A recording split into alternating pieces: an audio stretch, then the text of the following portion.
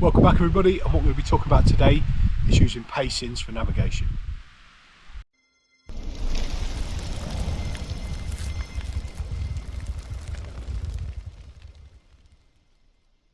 So I'm out in the wonderful Highlands of Scotland at the moment. It's spring, as you can see, spring has sprung.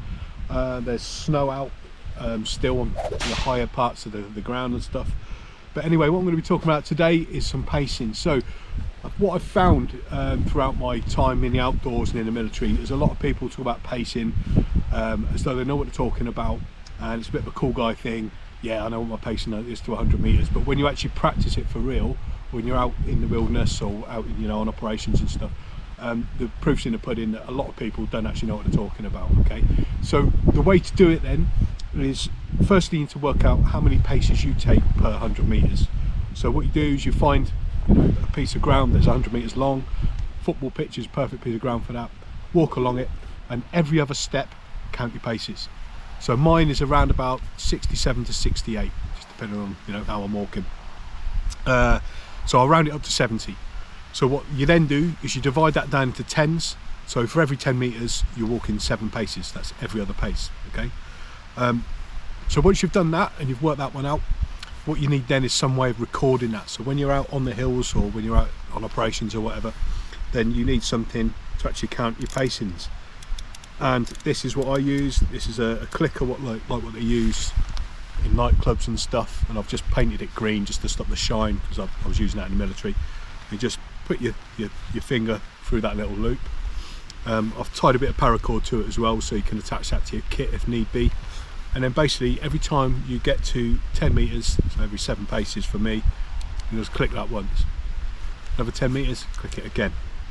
So clicked it twice, it's on 2, so that's 20 meters. All right, now that sounds really simple, doesn't it? And it is really simple. Another way of doing it is by using ranger beads, and I'll put a picture in this video. I have got some but not with me.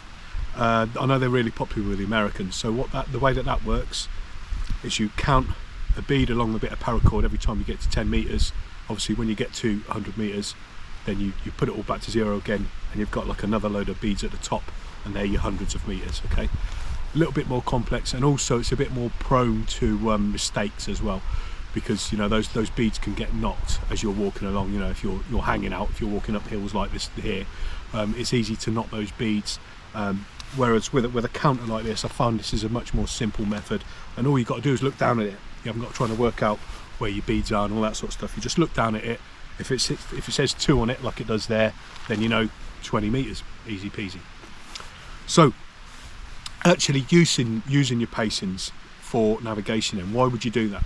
So when you're in some sort of complex terrain, so if you're in a wooded area or a jungle area, or if the weather's really bad, like up here at the moment, it's not too bad. It's sort of, it's not clagged in at the moment, but actually if you turn around and have a look up that way, you see it's clagged in. So only about another 300 to 400 meters away, it's actually clagged in, and you can't see anything. So you've got nothing to give yourself a reference of for your navigation. So what you can do is walk on a bearing, pace your distance, and from somewhere where you've started from, all you've got to do is plot that bearing on your map, work out the distance you've covered, and that should be where you are. So that's why you do it. That's how you use your pacings in conjunction with a bearing for navigation. Right then, so for example, if I know I'm at this bend in a stream, and I've confirmed that because of the shape of the stream, I'm going to move off on a bearing of 5,500 mils. Okay, I'm going to move off from that corner of the stream then, like so. I'm going to plot that bearing like so, walk off, and if I've gone for 400 meters on that bearing, I'm going to use the roamer up here. That's the 1 and 25 roamer in that direction. Wrong, so from there, and the 500 meters, actually, if you have a look, it takes me to this little ring contour here. So I know if I've moved off from there 400 meters on that bearing, I should be around about where that ring contour is there. Okay then, so that's just using one of these simple little devices here, this little clicker, and using your pacings to help with your navigation. Obviously it needs to be used in conjunction with a bearing as well. So if you are walking through an area that's complex in its terrain, or if the weather's really bad and you can't see what's going on around you. Okay, that's what you're going to use it for. I'm sure there'll be plenty of people out there that have used this before.